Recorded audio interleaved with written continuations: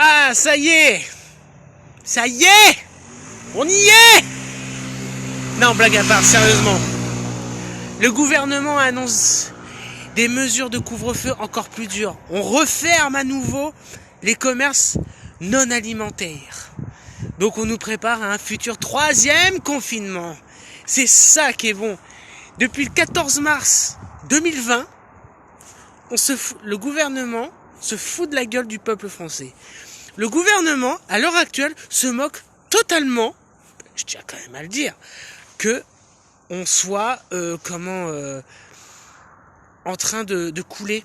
Oui, de couler, oui. Je pense que c'est le terme exact. On est tous en train de couler, on est tous en train de bouffer les pissenlits par la racine. Et le problème dans tout ça, c'est que il n'y a pas de solution à ce Covid. Comme les variants. Ça y est, on a les variants, ils sont là, on ne sait pas quoi faire. Hein? On a des restaurants qu'on a fermés l'année dernière, qu'on a laissé réouvrir pour la saison d'été. Bah oui, parce qu'il fallait quand même faire un petit ratio quand même, histoire de faire travailler les gens. Il fallait qu'il y ait des restaurants quand même. En octobre, bam! La sentence, elle retombe. On referme les restaurants. Allez, on s'est dit, pour les fêtes de décembre, on va aller... On va laisser passer quand même les fêtes en famille. Bon, c'est bien, tant mieux. C'est génial ce que vous avez fait. Très bien, on a pu profiter de nos familles, on a pu profiter des personnes qu'on aime, c'est génial. Mais la question, elle est pas là. Moi, la question, c'est combien de temps ce gouvernement va continuer à nous prendre pour des guignols? Combien de temps ce gouvernement va être dans l'incapacité de pouvoir gérer cette crise sanitaire? Combien de temps? C'est ça ma question. Parce que le problème à l'heure actuelle, c'est qu'on a des taux de chômage qui sont explosifs. On a des taux de faillite qui sont en train de couler, enfin d'être mis chaque semaine.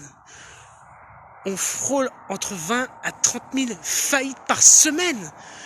Que ce soit sur ne serait-ce que les établissements restauration ou non alimentaires. Vous m'expliquez comment on va pouvoir assurer notre avenir avec avec toutes ces dettes en fait.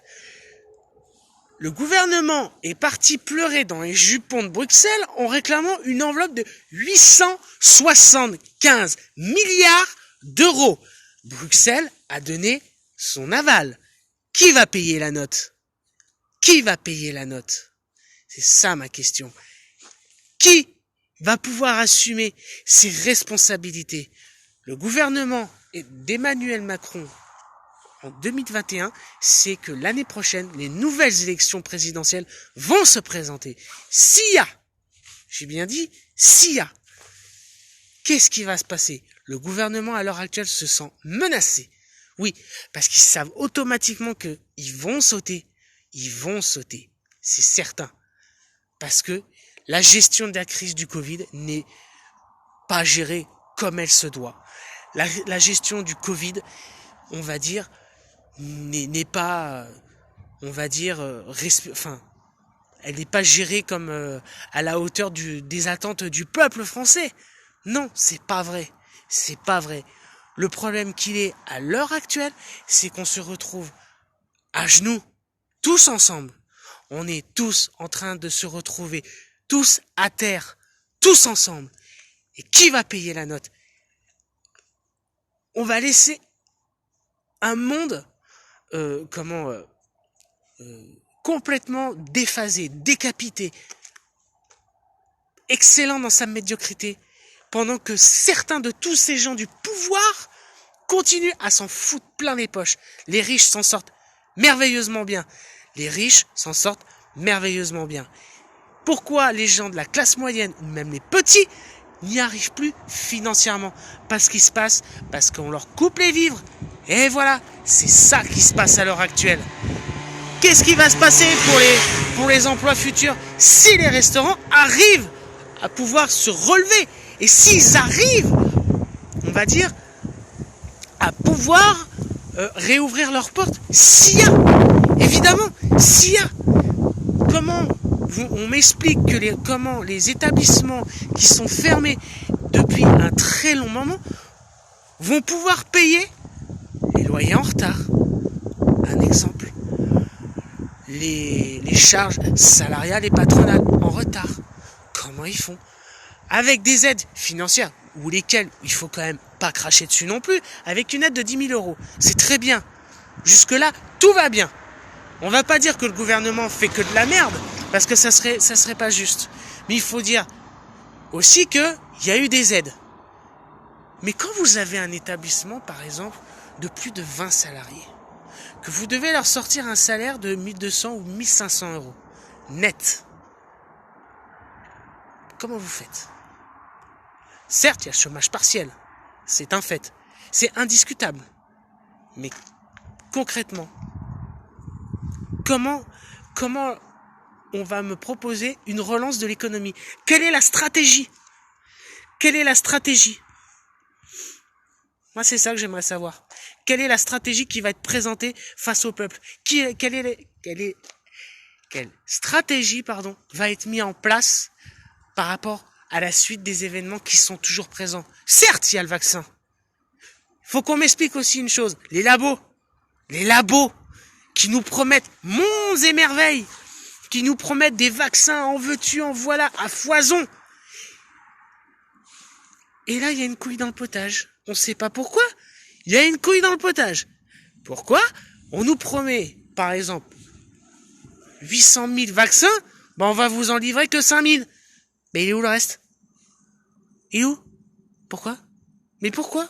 Pourquoi vous faites ça? Pourquoi on donne tant d'espoir aux gens? Pourquoi donner tant d'espoir aux gens avec les vaccins alors que déjà Moderna, Pfizer sont déjà en rupture? Et je ne citerai pas d'autres laboratoires qui sont déjà aussi en pénurie. Pourquoi faire que des tests sur les personnes âgées? Mais il y a aussi un peuple aussi à protéger. On prend les personnes âgées pourquoi? Pour des cobayes? Bon, allez, on va te faire ta petite piqûre, mais bon, si t'es en vie, c'est bon, mais si tu claques, bon allez, c'est rentabilisé. Allez, la suite c'est quand vous voulez les gars. Voilà, à un moment donné, il faut arrêter de prendre les gens pour des cons. Ah oui. Faut vraiment arrêter de prendre les gens pour des cons. Les étudiants, pourquoi les étudiants ils y arrivent pas? Pourquoi les étudiants n'arrivent plus à ne serait-ce avoir à manger dans leur assiette? 170 euros. Mais vous faites quoi avec 170 euros? Expliquez-moi. Pourquoi? Mais pourquoi? Pourquoi on laisse des gamins sans travail? Pourquoi on n'aide pas ces gamins? On ne serait-ce que avoir un steak dans leur assiette. Ils font de la colocation, c'est bien. Pareil. Pourquoi on les aide pas? On n'aide plus personne. Mais par contre, on dit, oui, mais il faut penser à la santé. La santé, je suis d'accord. Il faut pas la négliger, la santé. C'est très bien ce que vous faites. Très très bien. Mais sinon, concrètement, le problème des variants, il est toujours pas réglé. Le problème du Covid, il est toujours pas réglé. C'est au quota, en fait. 1 million de vaccins ont été donnés aux États-Unis sous l'ère de l'autre guignol de Donald Trump. Super. Waouh! Trump, il a fait les choses carrées, hein. Ah, il a doublé tout le monde. Il a fait ça à l'Union européenne. Mais sinon, comment ça se passe pour le reste? On se disait, alors là, franchement, on se disait être dans la merde, mais alors là, c'est comme si on était en détention provisoire. On est en détention provisoire. Alors, j'espère que quand même, il va y avoir à un moment donné des neurones qui vont marcher. Si, des neurones, ça serait bien qu'il y ait des neurones qui marchent, parce que c'est pas donné à tout le monde d'avoir un cerveau. Qu'on arrête de donner des dates, ou qu'il n'y ait pas des dates, qu'on nous dise que c'est à minima, puis après on vous dit, mais après il n'y a plus de dates. Dites, franchement, on ferme tout, jusqu'à nouvel ordre, on va laisser les écoles ouvertes, parce qu'il faut que les enfants apprennent, ce sera logique. On peut pas enlever ça. Et puis qu'on arrête de nous prendre pour des guignols. C'est tout. On nous prend pour des guignols. les guignols, c'est nous. Et ceux qui manient la marionnette, c'est le gouvernement. Le gouvernement, ils sont bien gentils, ils sont bien cons, hein. Mais à l'arrivée, qu'est-ce qu'on récolte? Qu'est-ce qu'on va récolter? Qui va payer cette dette qui est, à mon sens, astronomique? On va nous faire travailler comment? Comme des chiens galeux. On va nous faire travailler comme des fils de pute, en fait. Tu vas travailler, si je te donne 1200 €, t'es content. Si t'es pas content avec tes 1200 balles, tu vas niquer ta mère. Ben non, faut arrêter à un moment donné. On est un peuple de liberté, égalité, fraternité. Mais la liberté, primo, il y en a pas. Fraternité, les gens sont en train de serrer, ils sont en train de faire une amorce de serrage tellement ils sont en train de péter un plomb. Il faut dire la vérité. Les gens, ils en peuvent plus. Ils sont étouffés. Ils sont étouffés. Ils sont étouffés. Hein? Les gens, ils sont comme ça, là, à la stade de la pendaison. Eh oui. Eh oui. Fermer les écoles pour fermer les écoles. Ok, moi je suis d'accord. Mais qu'est-ce qu'on fait des enfants? Et les parents qui doivent aller travailler? On fait quoi? Ma question, elle est là. On ferme les écoles, ok? Qu'est-ce qui va se passer? Déjà, les épreuves du bac, elles sont déjà reportées. On arrête tout. On arrête déjà tout pour les épreuves du bac. Alors, qu'est-ce qu'on fait? Moi, c'est ça ma question. Comment on fait? Ah là là, ils sont merveilleux dans ce gouvernement quand même. Ils nous prennent vraiment, mais vraiment, ils nous prennent vraiment pour des guignols. Et le pire dans tout ça, c'est que on n'y arrive plus. On est en train de serrer. On est tous en train de péter un plomb. On est, certains, beaucoup plus fragiles, en train de faire des dépressions. Il y en a qui se suicident. Il y en a qui se relèvent peut-être pas de cette crise. Et le problème dans tout ça, c'est que on oublie la nature humaine. Le pire dans tout ça, c'est qu'on oublie la nature humaine. Donc voilà. Donc c'est dommage, encore une fois, de montrer que on est face à beaucoup de spéculations. Beaucoup, parce qu'il faut dire la vérité aussi. Hein.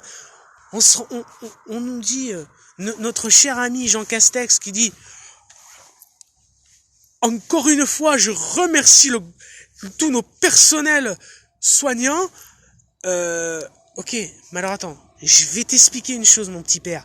Que tu remercies le personnel soignant, c'est une chose. Venez sur le terrain, allez voir ce qui se passe avec les personnels soignants. Quand vous avez chacun des cernes, c'est même plus des cernes tellement ils sont crevés. C'est chacun, c'est comme si c'était pris 2 coups de poing dans la gueule. Non, non, non. Il y a un moment donné, il faut rendre les choses à leur juste valeur. À leur juste valeur. Maintenant, qu'est-ce qui va se passer?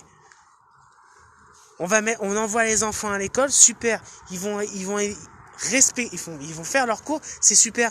Mais vous avez aucune garantie que le pitchoun, il chope pas le microbe. Il y a aucune garantie. On met les gens dans la peur, on leur fait peur, on leur fait croire tout et n'importe quoi. Et c'est impressionnant. C'est impressionnant de voir que on est vraiment entouré de discours, de mensonges. On est entouré de discours qui sont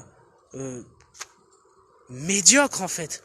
Parce que personne ne sait en fait à l'arrivée du compte ce qui se passe réellement au sein de l'Union européenne. On se rend même pas compte que on est tous en train de couler. On est tous à genoux. Et voilà. Et le problème dans tout ça, c'est que ceux qui gagnent bien leur vie du gouvernement, tous ceux qui sont dans ce pouvoir, tous partis confondus, qui se font quand même faut dire, hein, font bonne couille en or quand même. Oui, faut dire la vérité. Ils se font les couilles en or. Ils se font les couilles en or. Et bah, résultat des courses, qu'est-ce qui se passe les enfants? Qu'est-ce qui se passe les enfants? Nous, on touche nos 20 ou 30 000 balles, le peuple français va niquer ta mère, et puis on est là, et c'est ça, on est dans la place, pendant des heures, ouais, ils vont bosser, ouais, mais à un moment donné, on n'est pas dans une émission de télé-réalité, On n'est pas dans une émission de télé-réalité. On a besoin de travailler. On a besoin de travailler avec des normes d'hygiène, avec les gestes barrières, avec tout ce qu'il faut. Il n'y a aucun problème là-dessus. Maintenant qu'on arrête de nous prendre pour des guignols, surtout pour des cons. Parce que là, pour être pris pour des cons, alors là, on a du collector, mais en puissance.